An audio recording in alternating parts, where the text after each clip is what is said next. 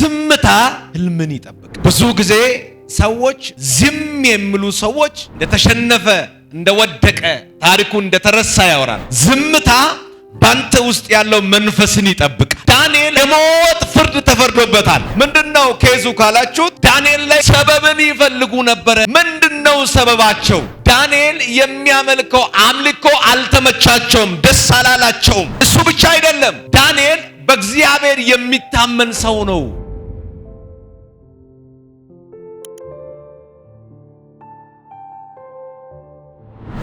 እንደዚህ በሚል ሐሳብ የእግዚአብሔር ቃል አብረን እናያለን። ርዕሱ እንደዚህ ይላል፣ ወይ የትምህርት ሐሳብ እንደዚህ ይላል፣ ዝምታ ህልምን ይጠብቃል ይላል። ዝምታ ህልምን ይጠብቃል። ብዙ ጊዜ ሰዎች ዝም የሚሉ ሰዎች እንደተሸነፈ እንደወደቀ ታሪኩ እንደተረሳ ያወራል። እዚህ ግን ትንቢተ ዳንኤል ምዕራፍ 6 ላይ የምንረዳው አንድ ትልቅ ነገር ዝምታ ህልምን ይጠብቃል። ዝምታ ባንተ ውስጥ ያለው መንፈስን ይጠብቃል። ዝምታ በእናንተ ውስጥ ያለው የእግዚአብሔር መንፈስን ይጠብቃል። እስቲ አንድ ሰው ከኔ ጋር ዝምታ በሉት፣ ህልሜን ይጠብቃል በሉት። ወዳጆች አንተ ዝም ስላልክ እንደተሸነፈ የሚመስሉ ሰዎች አሉ። በዚህ ቦታ ላይ ዳንኤል በአንበሳው ጉድጓድ እንዲጣል የሞት ፍርድ ተፈርዶበታል። እንግዲህ እንደምታውቁት ምንድነው ኬዙ ካላችሁት ዳንኤል ላይ ምን ይፈልጉ ነበረ ይላል? ሰበብን ይፈልጉ ነበረ ነው የሚለው። ምንድነው ሰበባቸው? ምንድነው ሰበባቸው ሲባል ዳንኤል የሚያመልከው አምልኮ አልተመቻቸውም፣ ደስ አላላቸውም። እሱ ብቻ አይደለም፣ ዳንኤል በእግዚአብሔር የሚታመን ሰው ነው። በእግዚአብሔር ላይ እምነት ያለ ሰው ነው። እምነቱ በእግዚአብሔር የሆነ ሰው ነው። ስለዚህ ንጉስም ጭምር ሌሎች ሰዎችም ጭምር ማንን ይወዱ ነበረ? ዳንኤልም ይወዱ ነበረ። እኔ መልእክት አለኝ፣ ዝምታዬ ህልሜን ይጠብቃል እንጂ ህልሜን አያዋርድም። ዝም በል። በዚህ ዘመን ህልም ያላችሁ ሰዎች ዝም በሉ። ዝምታችሁ ህልማችሁን ይጠብቃል። ትዝላችኋል። ሁለት ባለትዳሮች መካከል ባለቤቷ ምላሷ እሳት ከሆነ ባለቤቱ ደግሞ በጣም ዝምተኛ ከሆነ ዝም የሚል ከሆነ እሷ ታወራለች፣ እሱ እግዚአብሔር ይቅር በልሽ። እሷ ታወራለች፣ እሱ እግዚአብሔር ይቅር በልሽ። እሷ የፈለገች ነገር ትናገራለች፣ እሱ ደግሞ እግዚአብሔር ይቅር በልሽ የኔ እህት ተባረክ። ይሄ ምላስ እስቲ ለስብከት ለእልልታ ይሁን ካለ ቤቱን ምን እያደረገ ነው ማለት ነው? እያዳነ ነው። ትዳሩን እያዳነ ነው። ምክንያቱም ዝምታ ህልምን ይጠብቃል።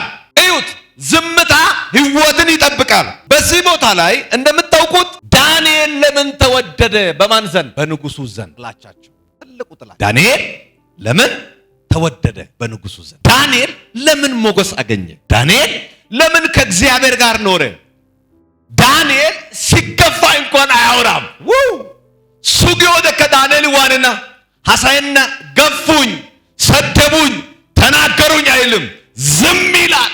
ዝምታው ህልምን እንደሚጠብቅ ያውቅ ነበረ ዳንኤል። እዩት እንግዲህ ወደ ንጉሱ ጋር እንደመጡት የተናገሩት ትልቁ ንግግር ምንድነው? ከዛሬ ቀን ጀምሮ እስከ 30 ቀን ማንም ለማን ያምልክ? ለንጉሱ ለወርቁ ምስል ይስደድ። ማንም ሰው ቢሆን ይህ ዳንኤልም ደስ እንዳይማይል ያውቁ ነበረ። እንዳላቸው አደረጉ። ዳንኤል ግን የሚገርም ነገር፣ በጣም እኔን የሚገርመኝ ነገር አዋጅ የሚያወጣበት ቦታ ማን ነበረ? ዳንኤል ራሱ ነበረ። ለምን ዝም ይላል? 30 ቀን የሚባል ለወርቁ ምስል ይሰገዳል፣ እግዚአብሔር የሚባል አይመለክም ስል ለምን ዝም ይላል? ወዳጄ ዝምታ ህልምን ይጠብቃል። ዝምታችሁ ህልማችሁን ይጠብቃል። ለ30 ቀን ተብሏል። ማንም ለማን? ለንጉሱና ለወርቁ ምስል ብቻ ይስረግ፣ እግዚአብሔር የሚባል አይመለክ ተብሏል። ግን ዳንኤል ይሰማል። ግን ምን አለው? ዝም አለው። አቤት! በዚህ ዓመት ላይ እግዚአብሔር የዝምታ መንፈስ ይስጣችሁ። በዚህ ዓመት እግዚአብሔር የዝምታ ህልም ይስጣችሁት። ተገለጠኝ የሚል ሳይሆን እንኳን የሆነ ነገር ስነሳብን ዝም የሚል ሃሌሉያ! ዝም አለው። እኔ በጣም ደስ ያለኝ አዋጁ ሲወጣበት ዳንኤል አዋጁን ይሰማል፣ ግን አያወራም። እንኳን ንጉሱ ጋር መታችሁ ትዝላችኋል። ንጉሱ ያለው ዳንኤል ሰምተዋል አለ። አው እሱ ራሱ ፈርሟል። ለምንድን ነው ይነክል ዝምታ? ይነክል ዝምታ ለምንድን ነው? ንጉስ ፊት እኮ ዳንኤል እኔ አልተስማማውም ቢባል ምን ይሆናል? ነገሩ ውድቅ ይሆናል። እኔ አልተቀበልኩም፣ እኔ ለወልቁ ምስል አልሰድህም፣ እኔ የማመልከው አምላክ አውቃለሁ፣ በቃ አምልኮ የሚገባ እሱ ነው እንጂ እኔ አልፈልግም ቢባል ምን ይሆን ነበር? ይሻር ነበር። ምክንያቱም አዛዥ ነው። የሁሉም አዛዥ ማን ነው?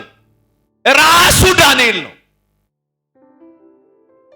ታኒ ከበይ ከጊገዋንስ ይቀረዋል፣ ግን ዳንኤል ዝም አለው። ወዳጄ ዝምታ ህልምን ይጠብቃል። ዳንኤል ዝም አለው። አው አዋጅ ይወጣል። አዋጅንም አይደግፍም፣ አዋጅንም አይቃወምም። ዝም አለ። ሃሌሉያ! እግዚአብሔር ሆይ በዚህ ዓመት ላይ የዝምታ መንፈስ ስጣን። አሜን። ዳንኤል በአንበሳው ጉድጓድ እንዲጣል የሞት ፍርድ በተፈረደ ጊዜ አልተከራከረም፣ አልጮኸም፣ አልተማጸነም። አዋጁም ሲወጣ ዝም አለው። አሁን ዳንኤል የት ላይ ይጣል የሚል አዋጅ ወጣ። እንግዲህ ቁጥር 15 ላይ አይታችኋል። እነሱ ምን ሆኖ ይላል?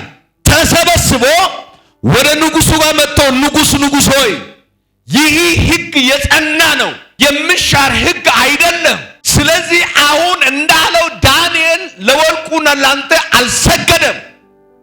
ስለዚህ ምን መሆን አለበት? በአንበሳው ጉድጓድ መጣል አለበት የሚል ንጉሱ ምን አለው ይላል? ዳንኤልን ምን አድርጉት? አምጡት አለው። የት ላይ ለማጣል? በአንበሶች ጉድጓድ ለመጣል አምጡት አለ። ዳንኤል በአንበሶች ጉድጓድ እንዲጣል የሞት ፍርድ በወጣ ወይ በሰማ ጊዜ አልተከራከረም፣ አልጮኸም፣ አልማጸነም። ተናኦሎፒቴ አትጣሉት፣ እንደዚህ አታድርጉት አላለ። አልተከላከለም፣ አልጮኸም፣ አልማጸናቸውም። ዝም አለው። ወዳጄ ዝምታ ህልምን ይጠብቃል። እውነት ነው የምላችሁ። ዝምታችሁ ህልማችሁን ይጠብቃል። ዝምታችሁ ራያችሁን ይጠብቃል። አልማጸናቸውም፣ አልተከራከረም፣ ዝም አለው። ይህ ዝምታ ድካም ወይ ፍርሃት ሳይሆን በእግዚአብሔር ያለው ሙሉ እምነትን ነው የሚያሳየው። ይህ ዝምታው ፍርሃት ሳይሆን፣ ይህ ዝምታ መሸነፍ ሳይሆን፣ ድካም ሳይሆን የሚያሳየው በእግዚአብሔር ላይ ያለው ሙሉ እምነት ነው የሚያሳየው። ወዳጄ በእኔና ባንተ ውስጥ በእግዚአብሔር ዘንድ ላይ ሙሉ እምነት አለን። በእውነት ሙሉ እምነት አላችሁት? ስለዚህ ዝም ያለ ሰው ከእግዚአብሔር ሙሉ እምነትን ያገኛል። ዝም ስትል ዳንኤል ለምን ዝም አለ? ዳንኤል የምጽፉት ሰዎች ጋር ዳንኤል ለምን ዝም አለ? ዳንኤል ዝም ያለበት ትልቁ ምክንያት ምንድን ነው ካላችሁት፣ እግዚአብሔር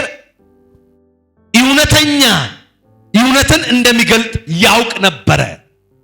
ዳንኤል ዝም ያለበት ምክንያት እግዚአብሔር እውነቱን እንደሚገልጥ ያውቅ ነበረ፣ ይተማመነው ነበረ። አሜን። በዚህ ዓመት ላይ ዝም በል፣ ህልማችሁ ይጠበቃል። የብዙ ሰዎች በማውራት ህልማቸው ጠፍቷል፣ በመናገር መገለጣቸው ጠፍቷል። የሆነ በቃ እኔ ውስጥ እግዚአብሔር አለኝ ብሎ በቃ እንትና ሐሰተኛ እንትና እንደዚህ ብሏል እሱ እንደዛ ስላለ እኔ እንደዚህ ልበል ብሎ ምላሽ እየሰጡ ህልማቸው እያጡ ነው። አንተ ግን ዝም በል፣ ህልም ይጠበቃል። አንቺ ግን ዝም በይ፣ ህልም ይጠብቅሻል። ሰዎች ሲሰድቡሽም ዝም በይ። ጉድጓዱ አንበሳ ጉድጓድ ላይ ሊጠሉ ሲመጡ ዝም በዩ፣ ህልምሽ ይጠበቃል። እስቲ ባላታችሁ ከኔ ጋር ዝም ታበሉት። ህልሜን ይጠብቃል በል፣ ህልማችሁን ይጠብቃል። እግዚአብሔር እውነትን እንደሚገልጥ ያውቅ ነበረ። የማን ዝምታ? የዳንኤል ዝምታ። ሰዎች ተነስቶ አንበሳ ከዳንኤል ማነውና አግዮተ ዳንኤል ዝም ያለበት ምክንያት እግዚአብሔር እውነቱን እንደሚገልጥ ያውቃል። አንተ ዝም በል፣ እግዚአብሔር እውነቱን ይገልጣል። ዝም በይ፣ እግዚአብሔር እውነትሽን ይገልጣል። አሜን። የኔ ዝምታ ህልሜን ይጠብቃል እንጂ ህልሜን አያበላሽም። አንዴ በልል ባከ የኔ ዝምታ በል ህልሜን ይጠብቃል እንጂ ህልሜን አያበላሽም በል። ይጠበቃል፣ በዝምታ ውስጥ ይጠበቃል። ምን ህልሜ? ዝምታ ማለት መሸነፍ አይደለም። ዝምታ ማለት በእግዚአብሔር የታየው መንገድና እግዚአብሔር እንዲሰራ እንድታምን የሚያረግ ነው። ዝምታ ዝም በል ማለት ወይ ዝምታ መሸነፍ አይደለም። ወዳጆች ዝምታ መሸነፍ አይደለም። ዝምታ ማለት በእግዚአብሔር የታየው መንገድና እግዚአብሔር እንዲሰራ መታመን ማለት ነው። ስርብ ጊዮጌ ኦነት ይዋግደና ወይ ያይዋግደና ወይ አይዋግደና ዝም ጊዮጌ አይበግኮ ጦሳይ ኦተናዮ ጦሳዮ አይባ የሚውጋ ጊዜ የሚውጋ አማነት ይውጋ። ስለዚህ ወገኖች ዝም በሉት። እኔ በዚህ ዓመት ላይ ዝም ልበል፣ ህልሜን ጌታ ይጠብቀኛል። ዝም ልበል። ዝም በሉት። ከወሬ ዝም በሉት። ከስደት ዝም በሉት። ከሆነ ነገር ላይ ዝም በሉት። ህልማችሁ ይጠበቃል። እስቲ አንድ ሰባና ህልሜ ይጠበቃል በሉት። ህልም ለሰዎች ሁሉ ሳይሆን ለእግዚአብሔር አስረክብ። ሰው በዝምታ ውስጥ አንድ ሰው ዝም ማለት ሲጀምር ህልሙን ለሰው ሁሉ አያወራም። ለዛም ለዝም አያወራም። ዝም የሚል ሰው ህልሙን ለእግዚአብሔር ያስረክባል። እስቲ አንድ ከነገር ለእግዚአብሔር ማስረከብ በሉት። ዝም ስትል ዝም ያለ ሰው ህልሙን ለእግዚአብሔር ያስረክባል። እስቲ አንድ ሰው ባከ በዝምታ ውስጥ በል ህልማችን ለእግዚአብሔር እናስረክባለን በሉት። ህልማችሁ ለእግዚአብሔር ማስረከብ ይሁን። እስቲ ማስረከብ በሉት። ማስረከብ ህልሜን ለእግዚአብሔር መስጠት። እዩት እንዴት ነው ይሄን ያልኩት? ብዙ ሰዎች ህልም ይናገራሉ። ወዳጄ ይላል ጓደኛ፣ እኔ እኮ ህልም አይቻለሁ። ምንድን የኔ ህልም አለ ጥሩ ነገር ነው። ምንድን ነው ስል ወደፊት ማን ያውቃል ጠቅላይ ሚኒስትር ሊሆን ይችላል ይላል። ለጓደኛው ይናገራል። ስል ኢማታ ይሄን አይቻደርኩኝ። ከዛም አለ እግዚአብሔር በቃ ሁሉም ነገር ተሳክቶልሃል ስባል አንተን ልጥል የሚታገል ህልምን የሰማ ሰው፣ አንቺን ለመጣል የሚታገል ህልማችሁ የሰማ ሰው ነው። እናንተን ከምትሄዱበት መንገድ ልታወጡ የሚፈልግ ምናቸው ህልማችሁን የሰማ ሰው ነው። ህልም ለሰው ሁሉ አይነገርም። በዝምታ ውስጥ ህልም ለእግዚአብሔር ማስረከብ ይሆናል። በኢየሱስ ስም በዚህ ማለዳ ህልማችሁ ለእግዚአብሔር አስረክቡ። በዚህ ማለዳ የእግዚአብሔር በውስጣችሁ የተቀመጠው ህልም ለእግዚአብሔር ማስረከብ ይሆን። አይገርምም? እሺ አንድ ነገር ልንገራችሁ። ዳንኤል አንተ ምንም ብታረጉ እኔ አልሞትም፣ እግዚአብሔር ያድነኛል፣ ገና የኔ ስም ከፍ ይላል፣ በምድር ላይ ታበት በእግሬ ስል ትንበረከካላችሁ፣ እናንተ በእኔ ላይ ያወጣችሁ ክስ ሁሉ በእናንተና በልጆቻችሁ ላይ ይሆናል፣ ትሞታላችሁ። እኔ ይሄን አይቻለሁ ብሎ ዳንኤል ቢናገር በመርዝ አይገሉ? አዎ ዝም በል። ዝም ስትል ህልም ለእግዚአብሔር ታስረክብሃለህ። እስቲ አንድ ሰው በዝምታ ውስጥ በሉት ህልም ለእግዚአብሔር ማስረከብ ነው በሉት። ዝምታ ህልም። ራእይን በጸሎት አሳድግ። ራእያችሁን በጸሎት አሳድጉ። ህልማችሁን በዝምታ አሳድጉ። ራእያችሁን በጸሎት አሳድጉ። ፈተና ሲመጣ አትደነግጥ፣ ዝም በል። እግዚአብሔር ሁል ጊዜ ህልምን ይጠብቃል። አሜን። ህልማችሁ ይጠብቃል። ያውላችሁት ራእያችሁን በጸሎት አሳድጉ። ፈተና ሲመጣ አትደነግጥ፣ ዝም በል። እግዚአብሔር ሁል ጊዜ ህልምህን ይጠብቃል። ሃሌሉያ ህልማችሁን ይጠብቃል። እስቲ አንድ ሰው የኔ ህልም ይጠበቃል በርባከ። ወዳጆች ዝም በል። እግዚአብሔር ህልምን ይጠብቃል። ህልሚ ወደ ምስክርነት ይመጣል። በዝምታ ውስጥ ስታልፍ ህልማችሁ ወደ ምስክርነት ይመጣል። የዝምታ መንገዶች ህልምን እንዴት ይጠብቃሉ? አንድ ጥቂት ነገር ልናገርና ላብቃ። የዝምታ መንገዶች እንዴት ህልምን ይጠብቃል? የዝምታ መንገዶች እንዴት ህልማችሁን ይጠብቃል? አንደኛ እንዴት ነው የዝምታ መንገድ ህልምን የሚጠብቀው? ነና ቦክስ ወደ ቀጣጥቂቆ ህልምን ይጠብቃል። አንበሳ ጉድጓድ ላይ ለመጣል ሲመጡ ዝም ቃል ህልም ይጠብቃል። ነገ ሁሉም ሰው አንተን ሊገሉ ባንተ ላይ በውሸት ሲመካከሩ ዝም ቃል ህልምን ይጠብቃል። እንዴት ነው በዝምታ መንገዶች መካከል ህልማችሁን ህልሜን የሚጠብቀው ካለ አንደኛ ዝምታ የእግዚአብሔር ስራውን የሥራ እድልን ይሰጣል። ዝምታ ለእግዚአብሔር የሥራ እድል ይሰጣል። አንተ ዝም ስትል ህልምን ይዘህ ዝም ስትል እውነትን ይዘህ ተገፍተህ ዝም ስትል እግዚአብሔር ባንተ ህይወት ላይ ያስቀመጠው እውነተኛ ነገር እያለ ዝም ስትል ዝምታ ለእግዚአብሔር ለሥራ እድል ይሰጣል።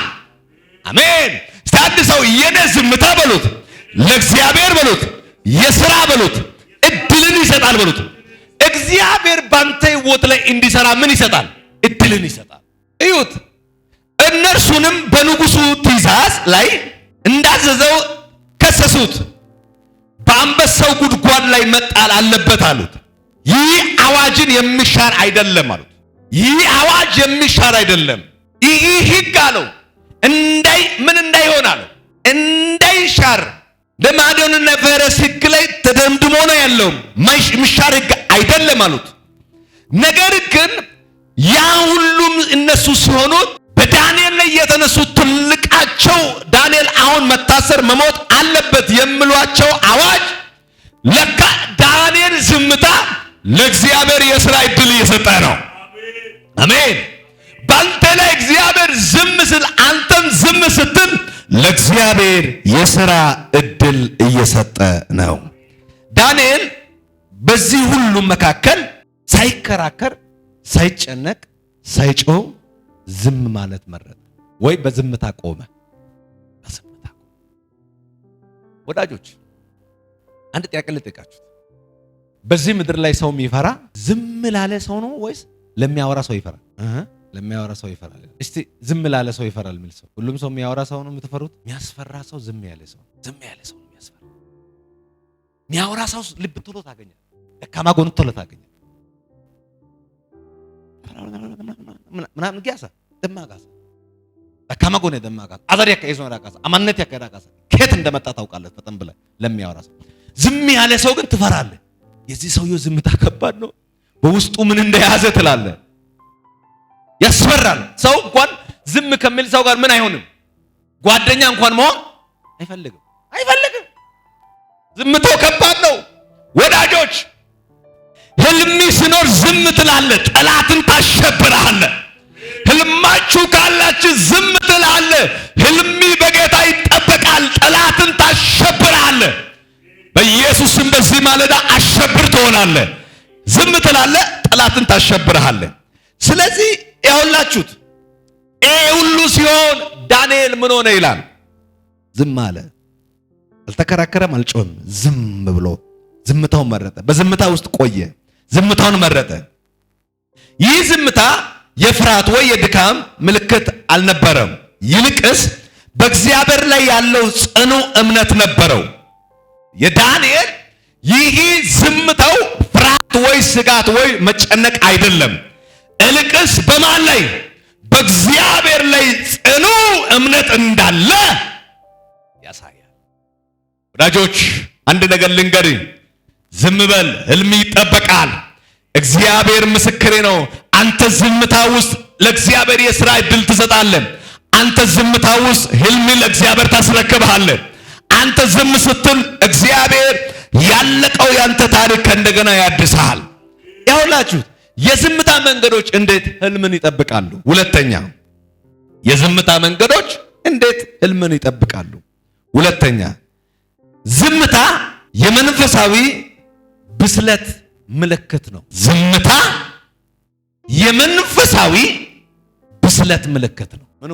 ዝምታ የመንፈሳዊ ብስለት ምልክት እንጂ የፍርሃት አይደለም። እግዚአብሔርን የያዘ ሰው ዝም ስል ምንም አይችልም፣ ማውራት አይችልም፣ መናገር አይችልም መባል አይደለም። ዝምታ የመንፈሳዊ ብስለት ምልክት ነው። ዝም በል፣ ህልም ይጠበቃል። የዝምታ የፍርሃትና የድካም ሳይሆን መንፈሳዊ ምንን ያሳያል? ብስለትን ያሳያል። ዋው! አንድ ወጣት ሰውና እድሜ ጎልማሳ የሆነ ያረጀ ወደ 70ና 80 ዓመት የሞላ ሰው ተመሳሳይ ቻሌንጅ ቢደርስ ችሎታቸው ተመሳሳይ ይሆናል።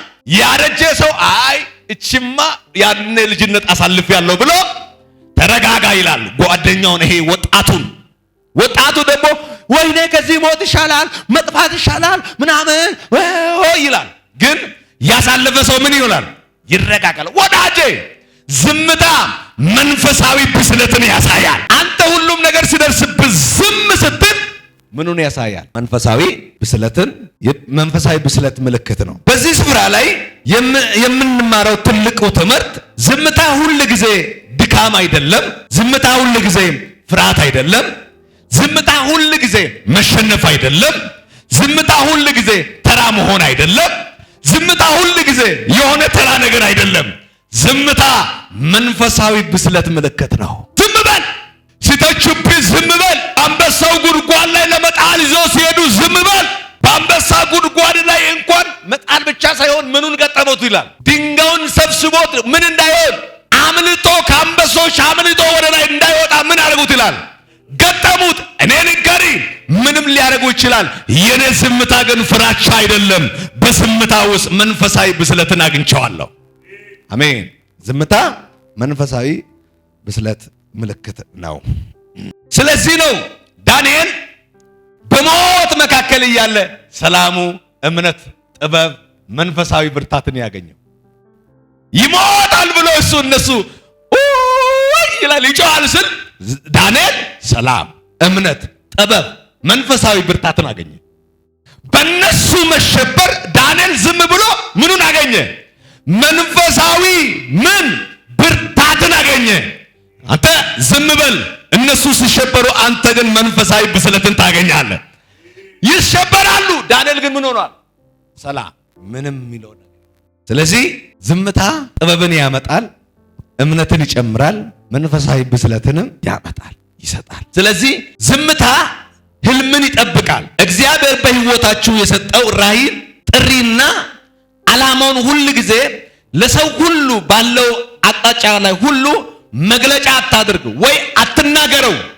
በዝምታ ውስጥ ላይ እግዚአብሔር ህልምህን ይጠብቃል። አሁን በዓለም ላይ አገልጋይም ሆኑ ነጋዴም ሆነ ምንም ሆነ ብዙ ያልተሳካቸው ሰዎች ማን ናቸው ታውቁታላችሁ? ላገኘው ለሚሄድ ለሚመጣ ሁሉ ምኑን የሚናገር? ህልሙን የሚናገር። ይሄም ጓደኛ ነው ህልሙን ይናገራል። ይህም ጓደኛ ነው ህልሙን ይናገራል። እሷም ጓደኛ ናት። በተለይ በዚህ የምታሙት ሴቶች ናቸው። አብዛኛው ጊዜ ሰዎች ያገኘው ሰው ሁሉ ምኑን ይናገራል? ህልምን ይናገራል፣ ራዩን ይናገራል። ለእግዚአብሔር ከመናገር በላይ ለሰው ነው የምናወራው። ስለዚህ ስኬትን አናገኝም ማለት ነው። ስለዚህ ዳንኤል መንፈሳዊ ብርታትን ያገኘው ዝም ብሎ ነው። እግዚአብሔር ምስክሬ ነው። ከእንግዲህ ወዲህ ህልማችን እንዲጠበቅ የዝምታ መንፈስ በእኛ ላይ ይመጣል። ዝም በል። አንድ ጊዜ አንድ ሰውዬ አሉ ሬሳ መጫን ይከብዳል አይደል? ሬሳ አንተ በአካል ላይ 10 ብር ወይ 20 ብር 30 ብር የምትሄድበት መንገድ ሬሳ ስትሆን የምትሄድበት ብዙ ብር ነው የሚከፈለው። እና አንድ ጊዜ አንድ ሰውዬ ሲሄድ ድንገት ሰው ሞቶበት ሬሳ ሳጥን ገዝቶ ሰውን አስተኝቶ ወንድም ሞቶብኛል፣ ገንዘብ የለኝ፣ እባካችሁ እኔ ወደ አገር አድርሱኝ ምናምን ይለምናል። ሰው እጥፍ ገንዘብ ይጠይቃል። እጥፍ ገንዘብ ይጠይቃል።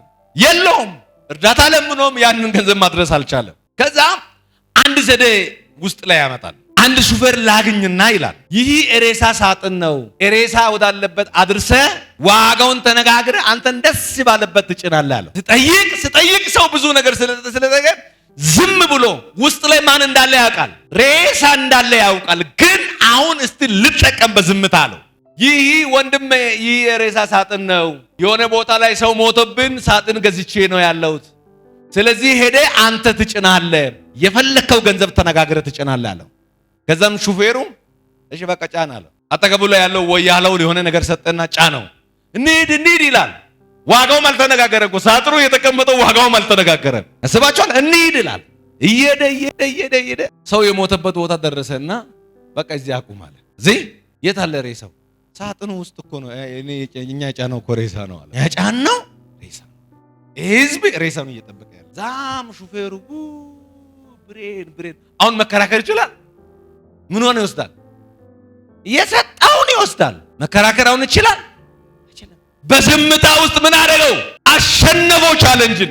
ወዳጄ አንዳንድ ጊዜ ዝምታውን ስትመርጥ ብዙ እስታክ የምታደርጉ መንገዶች እያሸነፍክ ትሄዳለህ።